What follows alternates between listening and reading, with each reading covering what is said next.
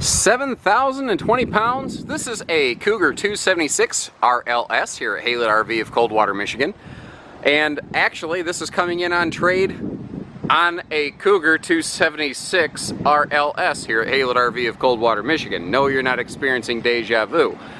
The folks were so happy with this, they just wanted to get a newer, updated version of it and swap this 01 out for an 09. And other than just weather exposure over time, I can't really see anything on this one that concerns me too awful much. It actually looks like it was well maintained, but you figure an 01, that's 18 camper years old. This thing has already outlived, by flying colors, its expected intended use and shelf life. So we're on bonus time now, and she's still flying high. Now, when you close the slide, you do need to move that one chair. But other than that, it's very, very travel friendly. You can walk right around the countertop here. You can get between the dinette and the counter pretty easily. You can get up to the pantry, the bathroom, the bedroom, everything with the slide closed.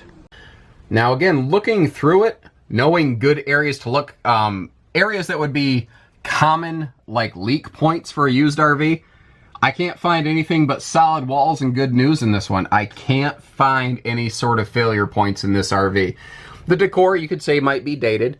Again, the skin's a little faded, but she's here. She's not dead. It's held up, it's done its job, and there's still plenty of life left in it. And that's what good care and maintenance will get you in a used RV, is extended lifespans and extra use.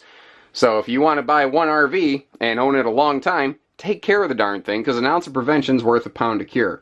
Your two chairs in the back here, they can rock and roll and float around to wherever you want them. Most of the time you're probably going to have them right where they're at, but the point is you can have some individual comfort here. And there are power outlets on the sides of that central stand right there, which is going to be great for like modern phone chargers and whatnot that maybe this old girl wasn't initially intended for, but maybe accidentally remained current on.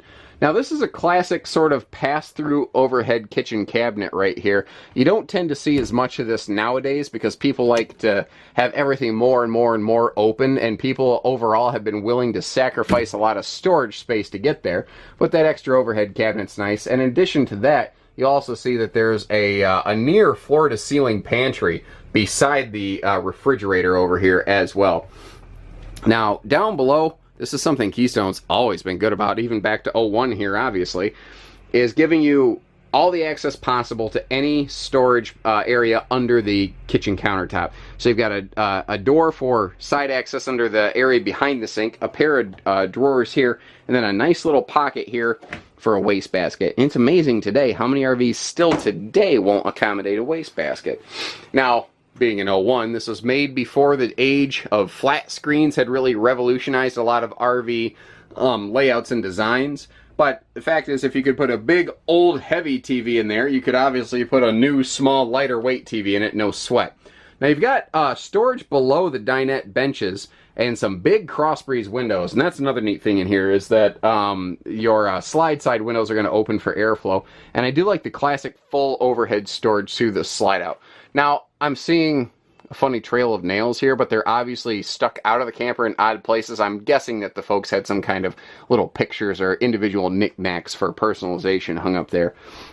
We've got a traditional mid-deck bathroom where you've got your dresser and closet space actually in the hallway, helping separate the master bedroom from everything else, with a sliding door, privacy door here to kind of cut things off. Now you've got a door on that side, you've got a privacy curtain on this side, so someone can get in and out of the bathroom without like staring at you in the bedroom.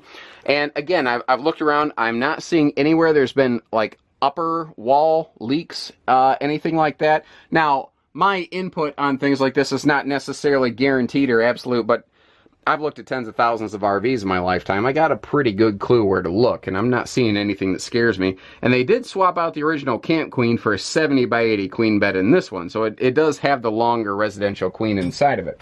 If I spin us around in here, we've got a pretty traditional split bath arrangement where the sink is actually next to the master bed, as you may have noticed.